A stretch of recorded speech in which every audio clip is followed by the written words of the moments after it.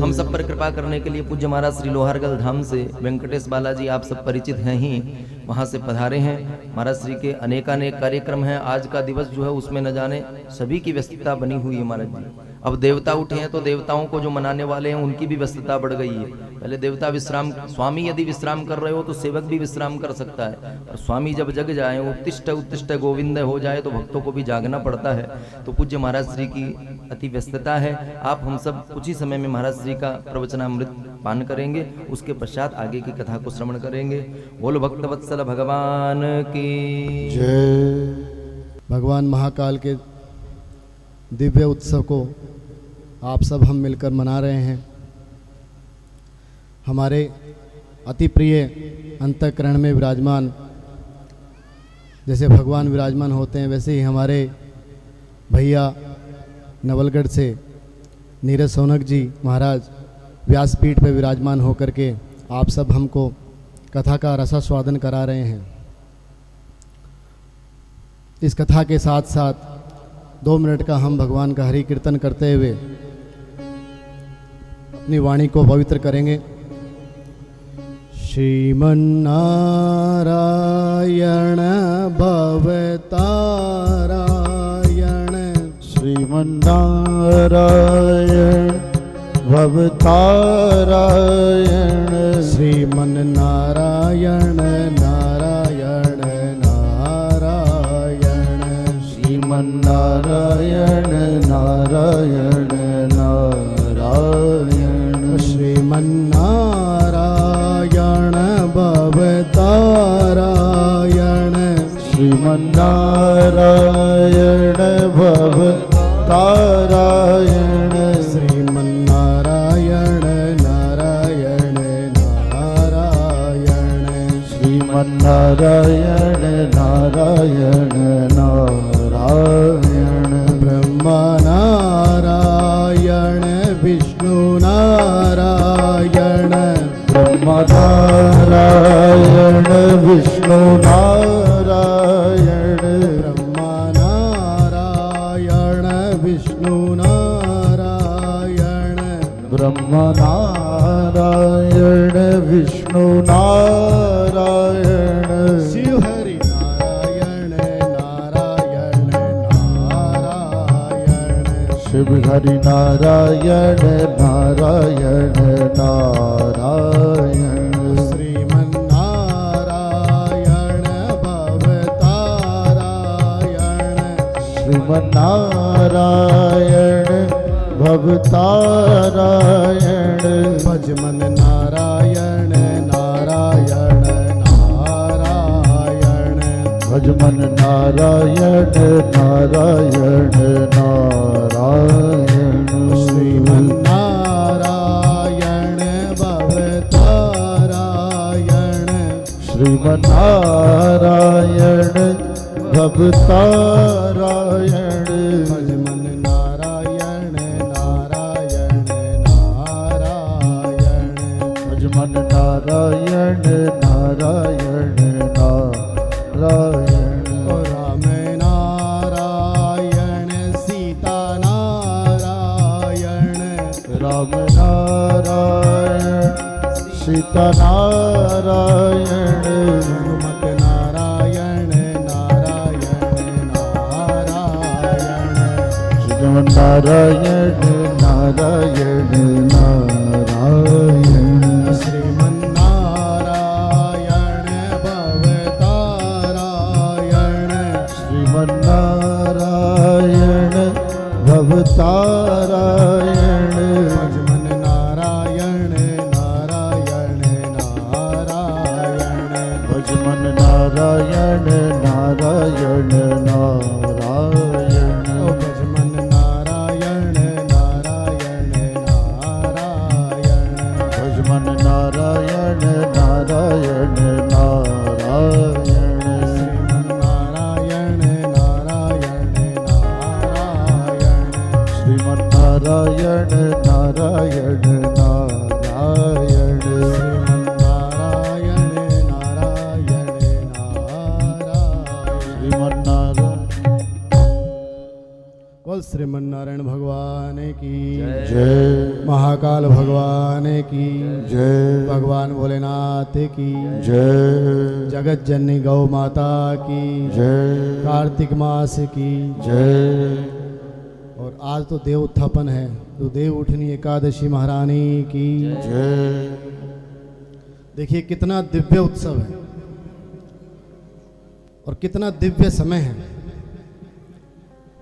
अब झुंझुनू ग्राम कहो शहर कहो कितने लोग हैं, लेकिन जिन पे भगवान की कृपा हरि कृपा जिन पे होती है वो बहुत कम लोग होते हैं। इतनी दिव्य कथा भगवान शिव महापुराण कथा यहाँ चल रही है, कितने कम लोग यहाँ उपस्थित है। झुंझुनू कितना बड़ा शहर है, लेकिन भगवान की कृपा जिन पे हुई वो सब यहाँ उपस्थित हैं, क्योंकि ये कृपा अपने पुण्यों से मिलती है, प्रारब्ध से मिलती है, आपने जो कर्म किया उससे मिलती है।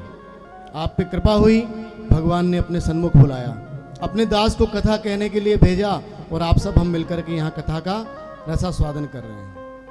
और भगवान की कृपा देखिए, इतना पुण्य वहाँ है, अनेकों अनेकों लोग कथा कराने का प्रयास करते हैं, चर्चाएं करते हैं, लेकिन जो यजमान परिवार यहाँ है जिन्होंने ये कथा करवाने का प्रयत्न किया और आज ये सफल हो रही है, ये भी बहुत ही बड़े भागी होते हैं। ऐसे कहते हैं हमारे गुरु महाराज कि लाखों पुण्य जब जागृत होते हैं तब गुरु का चरण, तीर्थ का स्मरण और गौ माता की सेवा और भगवान की भक्ति और कथा रसास्वादन, कथा का रसपान, ये सब जितने भी कारण हैं, ये सब जब मिलते हैं जब लाखों पुण्य जागृत होते हैं। आज आपके लाखों पुण्य जागृत हैं, इसलिए आज इस पंडाल में बैठ करके आज आप भगवान की दिव्य वार्ताओं का वर्णन सुन रहे हैं। हमारे नीरज सोनक जी भैया के द्वारा, महाराज जी के द्वारा आप जो भजन भगवान का सुन रहे हैं, ये सिर्फ कथा नहीं है, भगवान की चर्चाएं, अनेक लीलाएं हैं जो भगवान ने उस दिव्य समय में करी। आज हम सब सुन करके और भगवान के भगवत धाम जाने के लिए सब हम कथाएं सुन रहे हैं। उन कथाओं से एक एक भगवान की वार्ताओं को अपने अंतःकरण में उतार रहे हैं, अपने जीवन में उतार रहे हैं, जिससे हमारा मन पवित्र हो रहा है और भगवान तक जाने का हमारा मार्ग प्रशस्त हो रहा है। तो इन कथाओं से हमें भगवान की कृपा को समझना चाहिए। आप भगवान के कृपा पात्र हैं जो ये सब आपको रसपान करने को मिल रहा है, क्योंकि कथा तो आपने 7 दिन 8 दिन 9 दिन 10 दिन, भगवान की जितनी कृपा आपके ऊपर हो। कई लोग तो एक बार ही आ पाते हैं महाराज, कथा होती है सिर्फ एक दिन पहुँचे, बाकी 6 दिन गायब, महाराज पहुँच ही नहीं पाए। क्या हुआ? अरे स्वामी जी महाराज वहाँ ऐसा कारण हो गया इसलिए नहीं आ पाए। और जो लगातार 7 दिन आ गया, इसका मतलब निश्चित रूप से भगवान का भगवत धाम जाने का उसका मार्ग प्रशस्त है, भगवान की दिव्य कृपा उसके ऊपर है। तो आप सबको जब ये मौका मिल रहा है तो 7 दिन में यहाँ रोज एक 9 दिन की कथा है महाराज जी, 9 दिन की कथा है। आज समापन दिवस है, सप्ताह में आज समापन दिवस है। 7 दिन में अगर आपने इस कथा में से भगवान शंकर की अनेकों लीलाओं में से अगर एक भी अपने अंतःकरण में उतार ली तो आपका जीवन का कल्याण होना स्वाभाविक है। निश्चित रूप से भगवान के चरण मिल जाएंगे। कोई भी आपकी इस दिव्य जो भगवान की कथा का आपको जो लाभ मिलने वाला है, कोई भी उसको नकार नहीं सकता है, कोई भी टाल नहीं सकता है। महाराज यम के दूत आ जाएं वो भी नहीं टाल सकते हैं, क्योंकि भगवान की कथा आपने सुनी, सुनने मात्र से मोक्ष हो जाती है, तीर्थ का स्मरण करने मात्र से तीर्थ का लाभ मिल जाता है। महाराज जब सामर्थ्य नहीं हो, शरीर अपंग हो, तीर्थ नहीं जा पा रहे, गंगा के समीप नहीं जा पा रहे, तो बैठ करके मन में भगवान का तीर्थ का स्मरण कर लिया, गंगा का स्मरण कर लिया, कथा का स्मरण कर लिया। भगवान की लीलाओं को नहीं जानते, लेकिन भगवान का नाम सुना कि भगवान भोले हैं। अरे भगवान भोले हैं तो भगवान भोले का स्मरण कर लो, भगवान की उस पिंडी का दर्शन कर लो भाव से। मंदिर नहीं जा पा रहे, मंदिर जाना भी आवश्यक है, कथा सुनने जाना भी आवश्यक है, क्योंकि जाने मात्र से भी बहुत अनेकों लाभ हैं। जैसे गौ माता के समीप जाते हैं तो जाकर के उनको जब प्रणाम करते हैं, उनकी रज को प्रणाम करते हैं, उससे जो लाभ मिलता है वो अपार है, अनन्य है। वैसे ही कथाओं के उस पंडाल में जाने से, यहाँ ये जो एरिया है आपका, इस एरिया में इतने वाइब्रेशंस हैं, इतने पॉजिटिव एनर्जी हो गई कि यहाँ पे अनेकों अनेकों सदियों तक भगवान की कृपा बनी रहेगी। ये पवित्र हो गई ये भूमि। तो भगवान की कृपा ऐसी है। तो जब भगवान की कथा नहीं सुनने जा पा रहे तो स्मरण कर लो। स्मरण करने मात्र से, कि भगवान भी जानते मेरा बच्चा है, मेरा बालक है, मेरी बिटिया है, ये सामर्थ्य इसके नहीं है, इसका प्रारब्ध था, इसको सामर्थ्य नहीं मिला, शरीर में अपंगता आ गई, नेत्रहीन, कई कारण हो सकते हैं। तो महाराज ऐसी परिस्थिति में भगवान का ध्यान कर लें, स्मरण कर लें, तो भी आपको लाभ मिलेगा। और ऐसा दिव्य अवसर मिल जाए, कहीं सूचना भी मिल जाए, महाराज मारवाड़ी में केवल नोतो साधवा नहीं जावे कथा में, निमंत्रण की आवश्यकता नहीं होनी चाहिए कि महाराज फलाने परिवार का निमंत्रण आया है, कथा हो रही है तो जाना है, नहीं, सूचना कहीं भी मिल जाए कि वहाँ कथा हो रही है, तो भैया 7 दिन में 7 मिनट ही उस पंडाल को, उस व्यासपीठ को वहाँ प्रणाम करके, इतने माताएं बहनें, इतने परिवार यहाँ आते हैं, इनके अंतःकरण में भी भगवान का निवास है, जो भगवान का प्रतिबिंब है, उसको प्रणाम करके आ जाएं तो भी उस कथा का लाभ मिल जाएगा। ऐसा नहीं सोचें कि किसी का निमंत्रण आएगा तब जाएंगे, निमंत्रण नहीं साधना है तो इन कथाओं से बहुत कुछ मिलता है। तो आज भगवान की दिव्य कथा हो रही है, ज़्यादा समय नहीं लूँगा क्योंकि आज सारी ठाकुर जी की व्यस्तता है। ठाकुर जी आज जगह है ना, भगवान उठे हैं, तो आज उठे हैं तो व्यस्त हैं, और हमको भी व्यस्त कर दिया है। व्यासपीठ में महाराज जी ने कहा अभी कि ठाकुर जी उठे हैं तो अपने भक्तों को भी, अपने पार्षदों को भी व्यस्त कर दिया है, वैसे हमें भी व्यस्त कर रखा है। तो सुबह से शाम तक भागदौड़ है। और लोहारगल तो आप सब जानते हैं, आप सब आते भी होंगे लोहारगल, तो वहाँ तो कितनी व्यस्तता ठाकुर जी ने दे रखी है, आप सब जानते हैं। उसके साथ साथ आप जैसे भक्तों के दायित्व भी हैं।